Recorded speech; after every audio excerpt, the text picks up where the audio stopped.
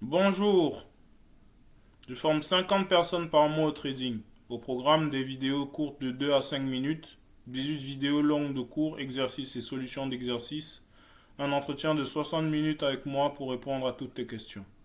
Si tu veux en savoir plus, visite mon site, le lien qui se présente en bas à gauche de ton écran. Donc aujourd'hui, le cours est consacré à la lecture d'une interface de trading. Combien de fois, combien de personnes ouvrent leur application de trading et ne comprennent pas du tout ce qu'il se passe. D'accord? Ça, c'est la base. Lorsqu'on arrive quelque part, l'observation pour comprendre ce qui se passe, c'est crucial. Donc, voilà. On va d'abord commencer par comprendre l'interface graphique. Le rôle d'une interface graphique, déjà, c'est d'afficher l'historique des prix.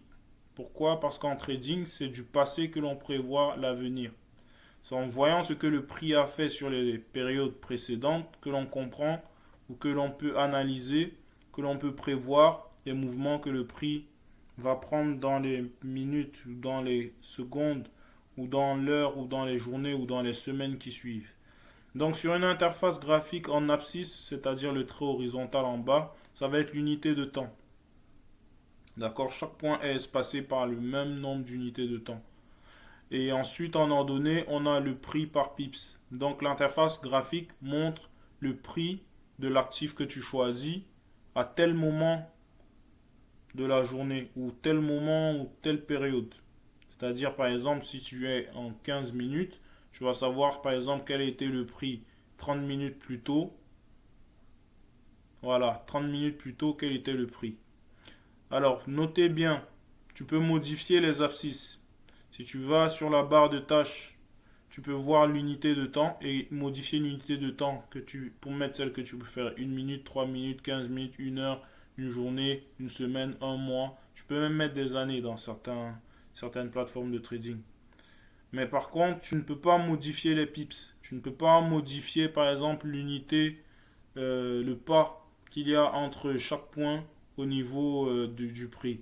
Pourquoi? Parce que en fait, les prix sont calés par des normes internationales. Par exemple, le pétrole, le crude oil, c'est par unité de 0,50. Ouais, de 0,50 par exemple. Pourquoi? Parce que c'est internationalement admis que le pétrole se vend par baril. Donc c'est des normes qui sont internationales, ça tu peux pas le modifier. Maintenant, sur ton écran en haut, souvent au centre, en haut, tu vas voir ce qu'on appelle un order book ou un carnet d'ordre avec les boutons bid et ask. Bid, c'est le prix auquel tu achètes, ask, c'est le prix auquel tu vends au marché. Alors l'order book te permet de voir les transactions qu'ont passé tous les traders qui sont sur la même plateforme que toi. D'accord? Mais tu ne peux pas voir les traders qui ne sont pas sur la même plateforme que toi. Donc il y a des traders qui tradent avec l'order book. Moi, je ne fais pas ça parce que c'est pas intéressant pour moi. Donc l'historique des prix se lit généralement par l'intermédiaire de bougies. Le système des bougies est un système qui a été inventé au Japon dans les années 80 et qui reste de loin le plus populaire. D'accord? Donc, pour lire les prix, souvent, on utilise un système de bougies. Soit tu vois comme des barres bleues et des barres rouges, ou des barres vertes et des barres rouges sur ton écran de trading, ben sache que ça s'appelle des bougies. Donc le prochain cours sera consacré à la lecture des bougies. Parce que pour comprendre la psychologie du marché, quand est-ce que les acheteurs sont forts, quand est-ce que les vendeurs sont forts, il est important d'interpréter la lecture des bougies. On verra ça plus en détail au prochain cours. Mais si tu veux vraiment savoir c'est quoi les bougies, j'ai un cours de 15 minutes ou 10 minutes sur mon site. Tu pourras aller voir, il y a des exercices et des solutions d'exercices.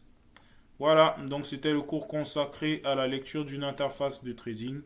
J'espère qu'il t'a été utile et que maintenant bah, tu sais ce qui se passe sur ton écran. Bonne journée à toi, à la prochaine.